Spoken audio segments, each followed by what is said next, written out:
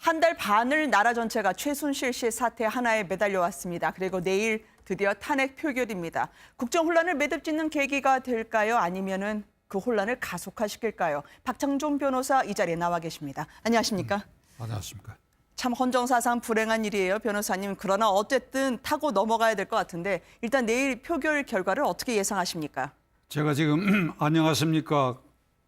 네. 김에 그 말씀하셨을 때 고개를 끄덕였는데 안녕하지 않아요. 네. 안녕하지 않다고 불안하고 이게 마음이 안정돼 있잖아. 네. 지금 이 탄핵 전국 때문에. 그렇습니까? 질문 무엇이었죠? 내일 표결 결과를 어떻게 표결 예측하시는지요? 결과는 제가 예상할 수 없습니다. 아, 그래요? 이 새누리당 의원들의 그 체질상 이렇게 네. 말씀드리면서 새누리당 의원이 섭섭하게 들릴지 모르겠으나 네. 시중에서 말하는 대로 웰빙 기질이 있는 사람들이니까 네. 그 오늘 아침에 MBN의 보도에 의하면 이혜훈 의원이 말하기를 이를테면 압박을 가하시는 분들이 위협적인 있다고 전화가 하더라고요. 곳곳에서 오고 있다. 네. 이런 걸 종합해 보면 넉넉하게 가결되기는 어렵고 아, 네. 그리고 200명에 이제 미달하면 부결이 되는 건데 그렇습니다. 우리 새누리당 의원 적어도 29명 이상이 찬성을 해야 되거든요. 네. 그 미달이 될 경우도 전혀 배제할 수 없다. 아, 그러세요. 그럼 만약 부결이 되면 어떻게 되느냐? 네. 정말 상상하기 싫은데 네. 이 촛불 민심이 폭발할 것 같아요. 아, 화라산처럼 대폭발해가지고 네. 그것이 어느 방향으로 어떻게 갈는지 그걸 생각해보면 끔찍하고 내일까지 좀 불안한 시간을 지내야 되지 않겠나 싶습니다. 그러면 이런 혼란 와중에도 매듭을 짓기 위해서는 내일 탄핵 결과가 어떤 방향으로 나와야 된다라고 생각을 하시는 게 있으신지요? 탄핵이라고 하는 것은 첫째로 네. 그 대통령이 현직 대통령이 헌법과 법률에 위반되는 직무상의 불법 행위가 있었을 때 그것을 징치하는 게 첫째 목적. 징치. 네.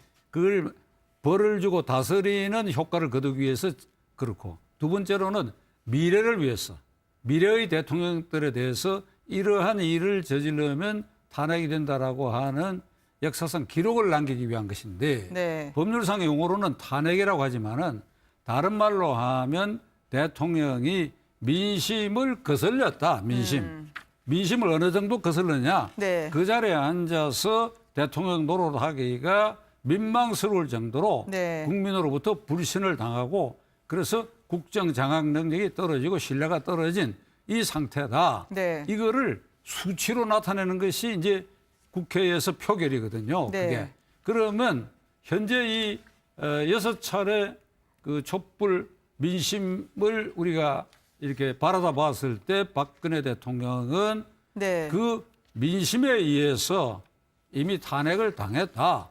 그렇다면 이게 국회에 가서 300명의 국회의원들이 수치로 어떻게 표현하느냐 하는 문제인데 네. 이게 민심과 동떨어지게 부결이 된다든지 하면 그 민심이 어떻게 참아내겠느냐.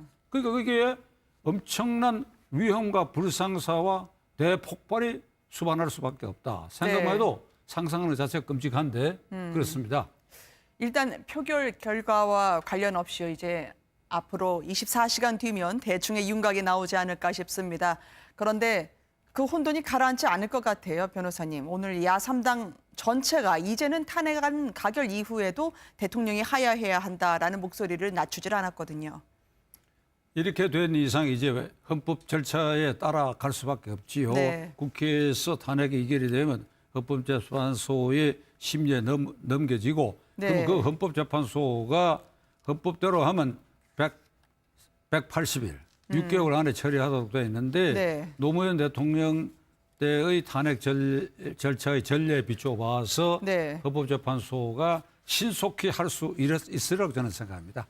아, 그래요. 헌법재판소가 네, 네. 2개월 이내라도 이게 가부간에 종결할 수 있다고 저는 생각합니다. 아, 헌법재판소가 조기에 종결하기 위해서도 민심을 받아들이는 국회에서의 의결에 가결표가 많을수록 네. 헌법재판소가 조기 종결하는 그 동력을 받을 수 있을 것이다. 네. 2달이 되든 석 달이 되든 어쨌든 국민들 입장에서는요. 추미애 대표의 오늘 말만 들어본다 하더라도 황교안 총리를 가만 놔둘 것 같지가 않습니다.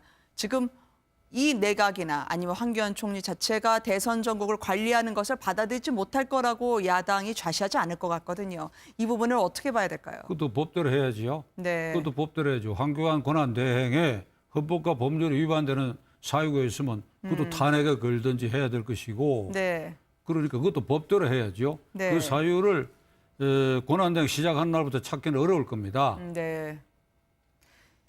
2달 내내, 석 달 내내 국민들에게는 불안감이 가중되지 않을까 싶습니다. 이게 탄핵 넘어서는 어떻게든 좀 다듬어졌으면 좋겠는데요. 무엇보다도 지금 경제부총리도 인선이 안 되고 있고요. 그리고 한중일 정상회담도 물 건너갔고 내년 경제 성장률도 KDI는 0.2%포인트 내리던데 어쨌든 인선은 해야 될 거 아닙니까? 나라가 움직여야 되는데 말이죠. 황교안 총리가 그런 면에서는 좀 그래도 국정을 잡고 가야 된다라고 보시지는 않는지요. 권한대행이 그걸 주어진 헌법상 권한이고 네. 그렇게 할 수밖에 없고 문제는 지금 김영카가 잘 지적하셨는데 이 안보상의 위기는 계속 현재 진행형이고 네. 외교 문제도 미국의 트럼프 사회 대통령이 1월 20일에 취임하게 되면 관례상 2월이나 3월 달에 한미 정상회담을 하는데 그뭐 네. 권한대행이 가느냐? 그것도 가령 기각이 되면 박 대통령이 가느냐? 네. 그러한 문제도 있고 그다음에 무엇보다 경제지요. 네. 어제 그저께 발표된 4.3분기, 3분기 경제 성장이 마이너스였다는 거 아닙니까? 네. 그리고 2017년에 경제 성장률은 이 국가기관인 KDI에서는 2.4%로 예견했지만은 외국의 언론들은 네. 이게 1%대, 아. 1%대로 한국 경제 추락할 것이다. 네. 이런 이제 여러 가지 예고가 되어 있거든요. 그래서 박근혜 대통령이 이 사태와 혼란을 조기에 종식시키기 위해서 3차 대국민 성명 발표할 때에 나에게는 책임이 없고 오로지 국가를 위해서 국익을 위해서 이 모금하는 걸 권유했을 뿐이고 네. 그리고 측근들의 개인적 일탈 행위다. 그리고 굳이 나를 여기에서 이제 직무에서 배제하려고 한다면 국회가 어떤 결정을 해주고 그에 따라가야 돼 이래버렸거든요. 그게 참 안타까운 대목입니다. 네. 그 3차 성명에서 나 그냥 다 내려놓겠다. 그러나 내려놓는 순간부터 60일 사이에 대통령 선거를 해야 되니까 우리가 한 번도 안 가본 길이니까 우선 야당에 대해서 그렇게 되면 황교안 총리가 권한대행 체제에 동의하느냐. 네. 동의 안 하면 추천해라. 이렇게 하면 대통령이 그냥 물러서고 그 기간이 최대로 단축되고 탄핵 파동, 국회에서의 탄핵 의결, 네. 6차 집회 이후에 더 이상 집회도 중단될 수 있고 그런 호기를 대통령 스스로 네. 이 민심의 열기에 비추어 봤을 때 걷어찬 것 같아. 네. 걷어차버렸어.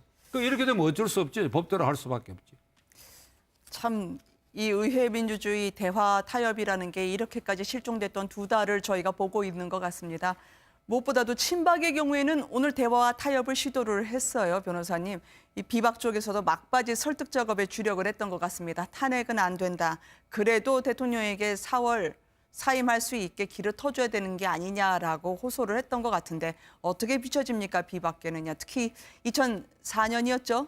열린우리당에서 당시 노무현 전 대통령 탄핵을 막기 위해서 몸부림쳤던 그날이 다시 대접이 되기도 하고요. 과연 친박은 어떤 모습을 내일 보여줄까요? 민심이라는 게 네. 민심은 천심이라고 그러잖아요. 또 옛날 말에 하늘은 입이 없어서 말을 못하는데 네. 사람의 입을 통해서 하늘이 말한다는 거 아니에요. 아, 그러니까 네. 민심이 천심이고 천심이 민심인데 지금 민심은 4월 말까지 이 상태로 참는다. 그러니까 호미로 막을 일을 가래로도 못 막도록 만드는 원인 행위를 제공한 것이 민심은 박 대통령이라고 보고 있거든요. 네. 그러니까 한가하게 4월 말까지 그의 권한 행사를 용인한다든지 하는 것은 지금 거의 불가능한 일이고 민심이. 네. 그리고 어제 그저께 이틀 동안 있었던 청문회에서 확실하게 대통령은 관저에 유폐된 상태에서 좀 심하게 말하면 관저에 유폐된 상태에서 최순실이라고 하는 강남 아줌마 손에 휘둘려 가지고 장관도 수석비서관도 그다음에 현대자동차 같은데 납품 같은 것도 최순실이 시킨 대로 다 했다 하는 게 다 네. 드러났단 말이죠. 네. 그런데 이런 판에 한각의 4월 사임, 6월 대선 이런 걸 국민들이 이게 못 받아들인다 이거지. 네. 그 법대로 갈 수밖에 없고 그 전제는 아까 말씀드린 것처럼 국회가 의결을 하면 네. 헌법재판소가 빠른 시일 안에 하는 수가 나는 있다고 생각합니다. 네. 대통령은 물론 뭐 간접적으로 4차 담화와 거의 비슷한 메시지를 내놨습니다만 내일 만약에 탄핵안이 가결이 된다면 대통령이 국민에 대해서 소상하게 이야기한다고 했던 지난 약속을 다시 한번 상기시켜서 나와야 된다고 보시는지요?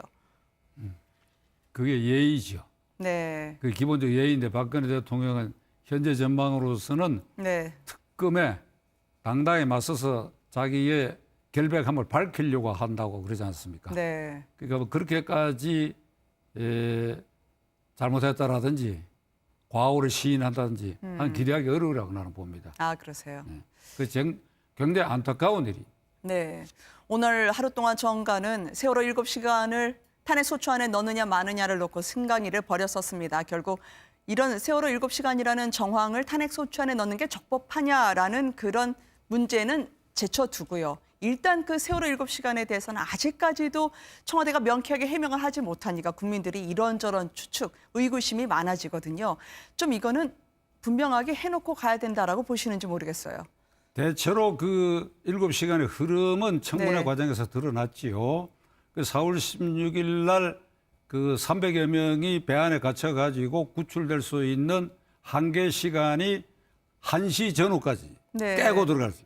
근데 그 시간에 대통령은 관저에 머물면서 서면 보고받았다 그러고 오전에 한 차례 머리, 그다음에 3시부터 머리 손질하고 그리고 이 경호실에다가 중앙재난대책본부 청와대에서 1km도 안 떨어져 있는 종합청사 거기 가겠다고 하고 머리 손질을 하고 5시 20분인가 그 도착했다는 거 아닙니까? 맞습니다. 다만 오전에는 머리 손질을 하지 않은 것으로 그래. 예, 청와대 그러니까 이게 브리핑 결과로 나옵니다. 그 과정을 보면 네. 구출이 가능한 시간대에 대통령은 관제에 유폐된 상태로 있었고 오후에 네. 머리 손질했고 간 것도 5시 20분에 가가지고 그게 한 말이 네. 구명조끼를 학생들이 착용했다고 하는데 그걸 찾기가 그렇게 힘듭니다. 네. 힘듭니까? 하는 질문 한 개씩 계속 이게 재방송이 되고 있어요. 네. 그래서 거기도 잠시 머무르고 다시 6시경에 청와대 돌아 저녁 식사하고 관저에 들어가 버려요. 그 이후에 참모들하고 얼굴을 맞대고 그 이후 후속 조치가 어떻게 되느냐 하는 것에 대해서 구체적으로 대통령이 그 현장 개념하고 전혀 떨어진 데 네. 있었다 이거죠. 그러면 왜 국민들이 이 부분에 있어서 그러면 그러한 사태가 났다. 그럼 대통령이 헬리콥터로 타고 가서 현장에 가서 쥐봉 갖고 이걸 깨고 들어가라. 이걸 바라는 게 아니죠. 네. 박근혜 대통령이 선거 때 아주 역점 공약이 뭡니까? 100% 대한민국 국민의 행복 시대를 약속을 했단 말이죠. 그리고 헌법상 대통령의 직무 중에는 네. 국민의 생명 안전을 책임져야 할 최고 책임자입니다. 네. 거기에 모든 게 위탁되어 있어요. 이와 같이 중대한 사태가 발생했다 그러면 네. 직관적으로 네. 이것은 내가 여기 있어서는 안 되겠다 하는 직관적인 판단을 해야 되는데 네.